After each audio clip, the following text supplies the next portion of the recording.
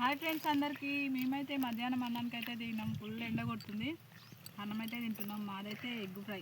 జ్యోతమ్మ ఏం కూర? బెండకాయ చారు. అంతే? పచ్చిపులుసు. పచ్చిపులుసు ఇంకా ఆలుగడ్డ ఫ్రై. పచ్చిపులుసు ఒకటే చెప్తున్నాం. ఆలుగడ్డ ఫ్రై వేసుకుంటారు అనుకుంటున్నా. బారు అంటుంది మళ్ళా. ఏం కూర? ఆలుగడ్డ. ఇవాళ అల్లుగుంది ఎందుకో మా భార్య అలా అలిగింది. మమ్మీ ఏం కూర? కాకరకాయ కోడిగుడ్డ.